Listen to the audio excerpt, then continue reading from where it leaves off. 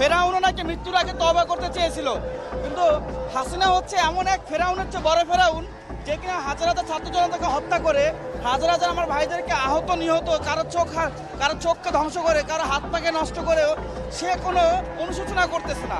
এই অনুশোচনার তীব্র ক্ষোভই আজকে আপনারা এখানে দেখতে পাচ্ছেন।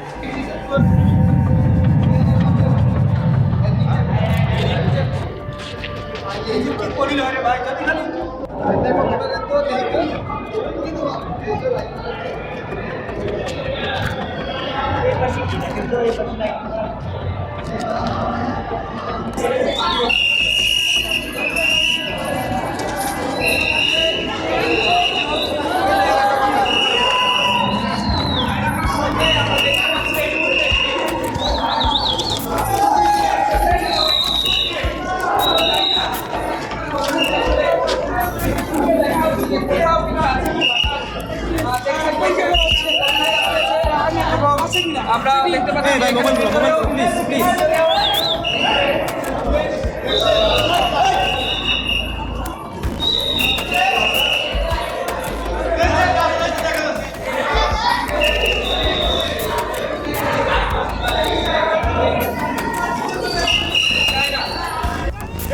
শেখ হাসিনাকে আর কোনোদিন বাংলার মাটিতে ফিরতে দেওয়া হবে না।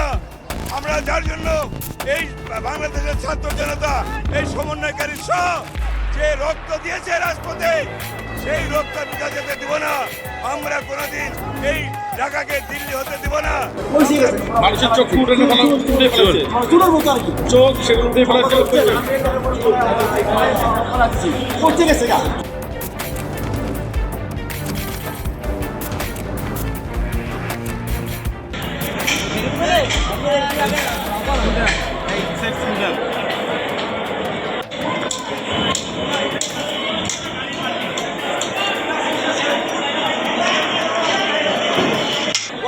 ওই জায়গায় একটা আর একটা ওই পুরাই আর জায়গা জায়গাতে উপরে পাইপ দ্বারা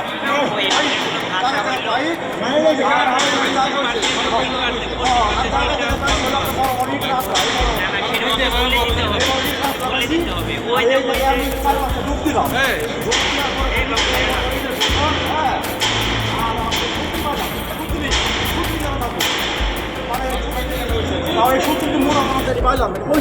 মানুষের চোখ উঠে ফেলেছে, চোখ সেগুলো উঠে ফেলেছে।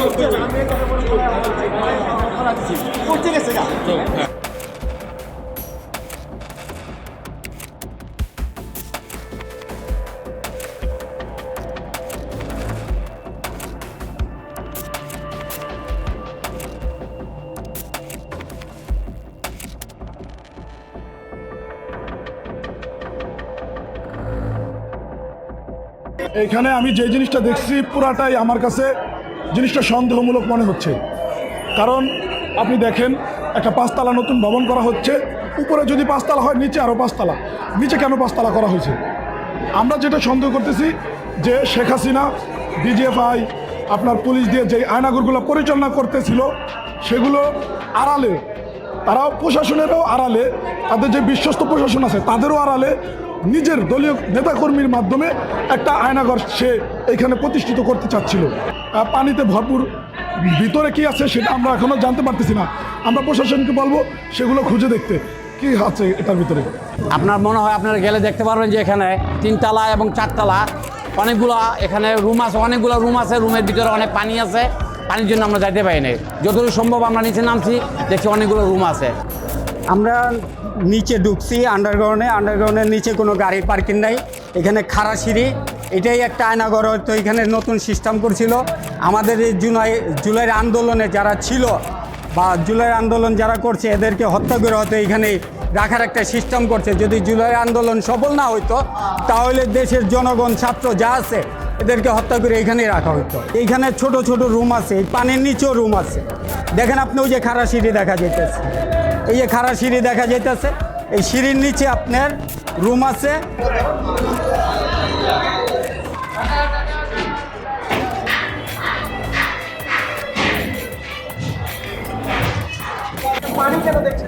এখানে পানি দিয়ে দোসররা পানি দিয়ে ভরে রাখছে। এটা একটা নতুন আইনাগর সৃষ্টি করছে। তারা জানছিল যে আমরা 140 পর্যন্ত থাকবো, এই জন্য নতুন আয়নাগর এখানে একটা তৈরি করছে। এখানে নিচে এখন 2 তলা ফ্লোর নিচে এখনো আছে। এখন এটা নির্মাণ কাজ শেষ করতে পারে না, ওরা তো শেষ বিদায় ঘন্টা বেজে গেছে। এই জন্য নতুন আয়নাগরটাও চালু করতে পারে নাই। এটা গাড়ির পার্কিং মানে আন্ডারগ্রাউন্ড মানুষের 2 তলা থাকতে পারে, আন্ডারগ্রাউন্ড মানুষের 2 তলা থাকতে পারে, কিন্তু 2 তলা ওদিকে কোনো আয়নাগর থাকতে পারে না, আন্ডারগ্রাউন্ড থাকতে পারে না।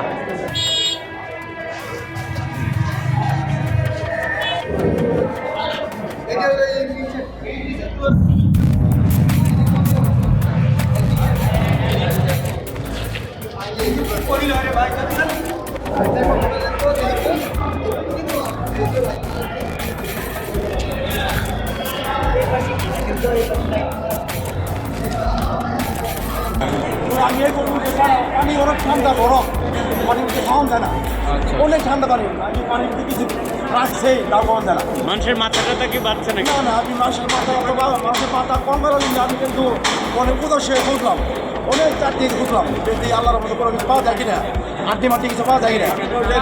আড্ডি মাটি এখন আমি পাই না, অনেক গভীর জায়গা।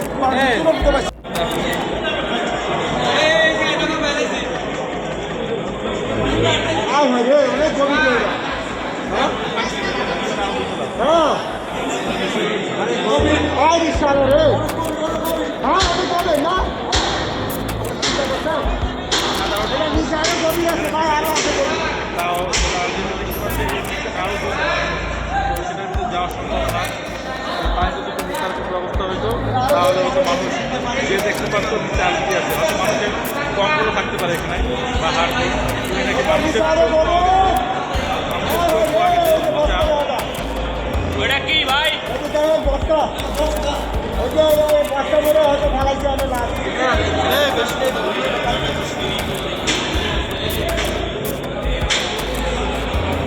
একটা